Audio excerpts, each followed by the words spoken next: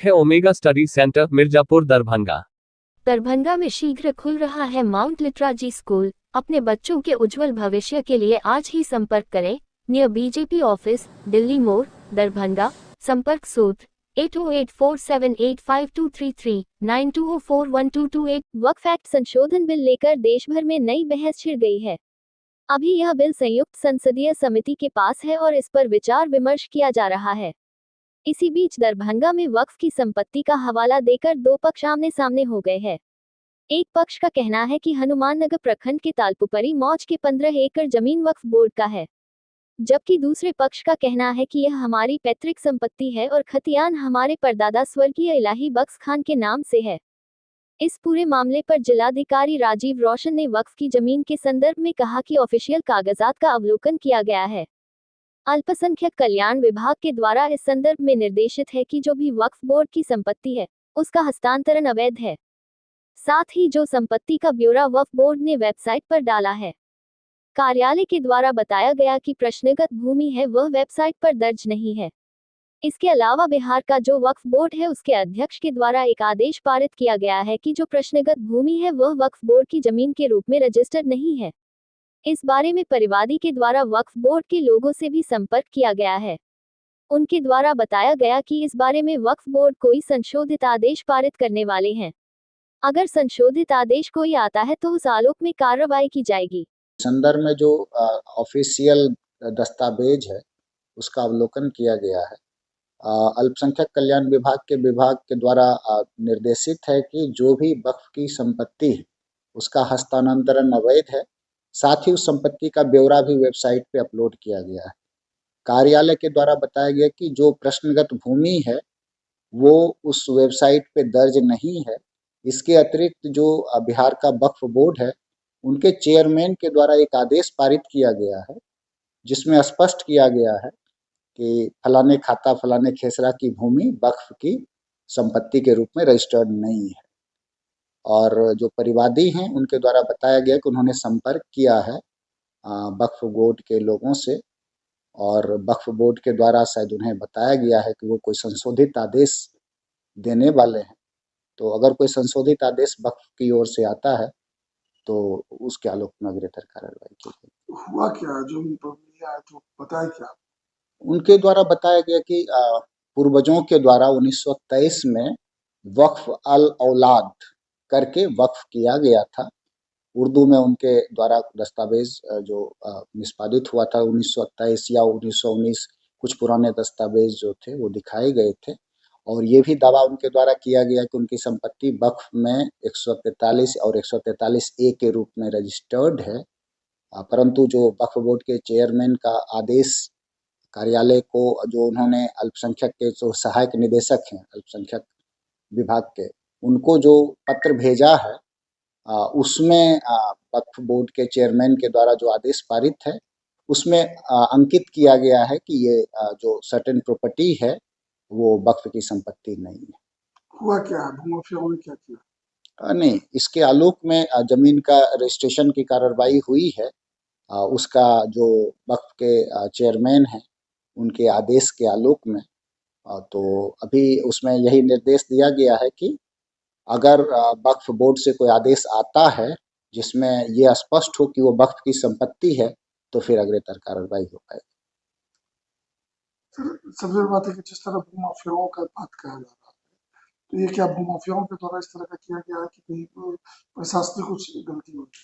नहीं, प्रशासनिक मैं इसको नहीं देख पा रहा हूँ। जहाँ तक भूमाफियाओं की बात है तो ये सब्जेक्ट टू इंक्वायरी है, लेकिन अभी जो दस्तावेज है उसको आप इस नज़रिए में देखिए कि वक्फ जो है वो वक्फ की प्रॉपर्टी के लिए एक राज्य के स्तर से एक मुख्य संस्था है। अगर कोई सत्यापन की बात होती है या कोई डाउट होता है तो उन्हीं से पूछा जाता है कि ये प्रॉपर्टी वक्फ की है कि नहीं। तो उनके द्वारा जो आदेश दिया गया है उसमें उन्होंने स्पष्ट रूप से लिखा है कि ये संपत्ति वक्फ की नहीं है। तो ऐसी स्थिति में वक्फ बोर्ड के द्वारा जो स्टैंड लिया जाएगा उसी के आलोक में जिला स्तर पर कार्रवाई की जाती है। वहीं एक पक्ष मोहम्मद रिजवान ने कहा कि हमारे पूर्वज मोहम्मद हासिम खान, मोहम्मद इब्राहिम और उनकी 3 बहन ने हमारी दादी जैतून निशा को 1948 में रजिस्ट्री कर दिया।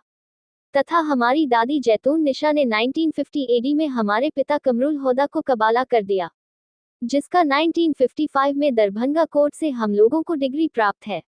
हमारे पिता कमरुल होदा को 4 संतान हुए, जिसमें हम लोग 2 बहन तथा 2 भाई मोहम्मद जावेद व मोहम्मद रिजवान है। हमारे चाचा व अन्य लोग संयंत्र रचकर हमारी जमीन को वक्फ बोर्ड का हवाला देकर हड़पना चाहते हैं, जबकि जिला अल्पसंख्यक कल्याण अंचल तथा जिलाधिकारी के यहाँ से किसी प्रकार का रुकावट नहीं है।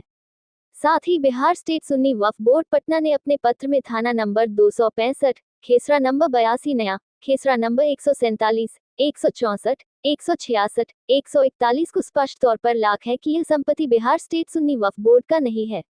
वहीं उन्होंने कहा कि इतने आदेश होने के बावजूद हमारी रजिस्ट्री पर रोक लगा दिया गया है तथा इसी खेसरा में हमारे रिश्तेदार लोग 8 बीघा जमीन को बिक्री कर रखा है।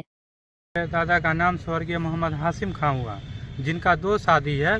जो पहले पत्नी से हमारे बाबूजी मोहम्मद कमरुल हुदा, स्वर्गीय मोहम्मद कमरुल हुदा हुए, और दूसरे पत्नी से हमारे 5 चाचा लोग हैं। और जो हमारा मामला ये चल रहा है कि मेरे घर का हालात बहुत ख़राब है। हम जब अपना खुद का ज़मीन बेचने जा रहे हैं तो निबंधन में बताया जा रहा है कि आपका खेसरा लॉक है। खेसरा लॉक है तो हम समझ से परे हो गया। फिर हम निबंधन से पूछे तो उनसे सवाल किए कि जब मेरा खेसरा ये लॉक है तो 8 बीघा ज़मीन कैसे रजिस्ट्री हो गया। उन्होंने इधर उधर बता करके हमको टाल दिए।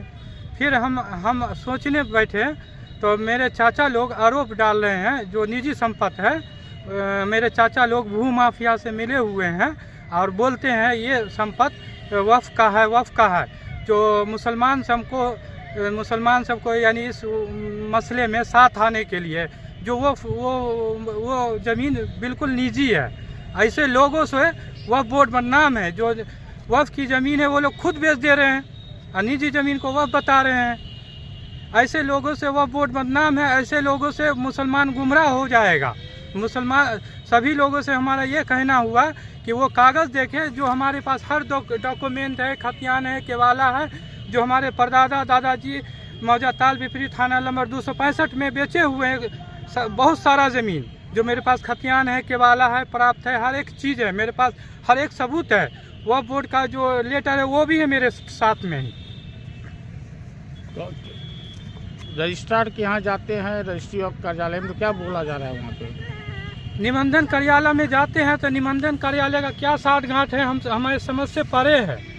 वहाँ उसी खेसरे का 164 खेसरे का ज़मीन रजिस्ट्री हो जाता है। अब मेरा खुद का ज़मीन है, हम जाते हैं तो हमारा रजिस्ट्री नहीं होता है। उनके द्वारा बताया जाता है कि ये खेसरा लॉक है। कितने दिन पहले 164? 15-20 दिन पहले रजिस्ट्री हुआ है। 8 बीघा करीब 164 में खेसरा में हुआ, ताल पिपरी थाना नंबर 265 में। वो ज़मीन मेरा निजी है, मैं खुद बेचने जाता हूँ तो मुझे निबंधन से बताया जाता है क्या साठ घाट है, मुझे समझ से परे है।